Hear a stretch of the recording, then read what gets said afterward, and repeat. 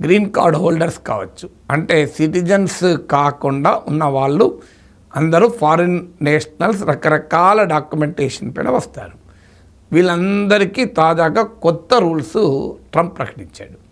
ఈ కొత్త రూల్స్లో మొదటిది ఏంటంటే, అమెరికాలో మోర్ దెన్ 30 days ఉండాలనుకుంటే ఎవరైనా స్టూడెంట్ కానీ, ఈవెన్ 14 year వచ్చిన పిల్లవాడు కానీ, లేదు టూరిస్టులు కావచ్చు, గ్రీన్ కార్డ్ హోల్డర్లు కూడా కావచ్చు, ఎవరైనా రిజిస్టర్ చేసుకోవాల్సింది. 30 days కన్నా ఎక్కువ ఉండాలి అనుకుంటే రిజిస్టర్ చేసుకోవాలి. ఒకవేళ అలా రిజిస్టర్ చేసుకోకపోతే అది చాలా సీరియస్ నేరంగా భావిస్తారట. అందుకు ఫైన్ $5,000 వరకు ఫైన్ వేయచ్చు, 30 days జైలు శిక్ష విధించవచ్చు, లేదా వారిని డిపోర్టేషన్ తమ దేశానికి పంపించవచ్చు. వారిపైన లైఫ్ టైం బ్యాన్ కూడా విధించవచ్చు, జీవితకాలం అమెరికాలో ప్రవేశించకుండా నిషేధించవచ్చు.